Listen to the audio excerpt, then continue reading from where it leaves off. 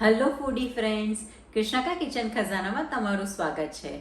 આજે આપણે બનાવીશું મકાઈમાંથી ઢોકળા. જો તમને મારા વિડીયોઝ પસંદ આવતા હોય તો લાઈક કરો, શેર કરો અને સબસ્ક્રાઈબ કરો. ઢોકળા બનાવવા સૌથી પહેલાં 1 કપ બેસન લઈશું. જે પણ તમે વાડકી કે કપનું મેઝરમેન્ટ લો એ દરેક વસ્તુ માટે સેમ મેઝરમેન્ટ ફોલો કરવાનું. 1 કપ સૂજી, 1 કપ દહીં લઈશું. હવે મિક્સ કરી લઈએ. હવે 2 to 3 ટેબલ સ્પૂન જેટલું પાણી એડ કરીશું.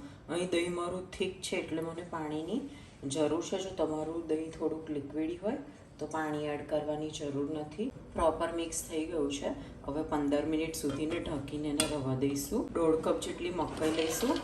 મરચાંના ટુકડા, મીઠું, હળદર ક્રશ કરી લઈશું. 15 મિનિટ થઈ ગઈ છે.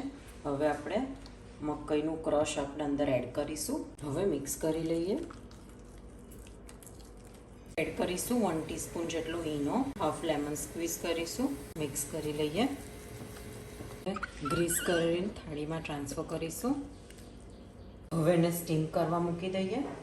ઉપરથી સ્પ્રિંકલ કરીશું રેડ ચીલી પાવડર અને 15 થી 20 મિનિટ સુધીને સ્ટીમ થવા દઈશું. ઢોકળાને ચેક કરી લઈએ. એકદમ ક્લિયર આવે છે. આપણા ઢોકળા રેડી છે. ઢોકળાને હવે 5 મિનિટ ઠંડા થવા દઈશું, પછી કટ કરીશું. ઢોકળા ઠંડા થઈ ગયા છે. હવે આપણે એને કટ કરી દઈશું. ઢોકળા આપણા રેડી છે. ખૂબ જ સોફ્ટ અને સ્પોન્જી થયા છે. હવે વઘાર કરી લઈએ.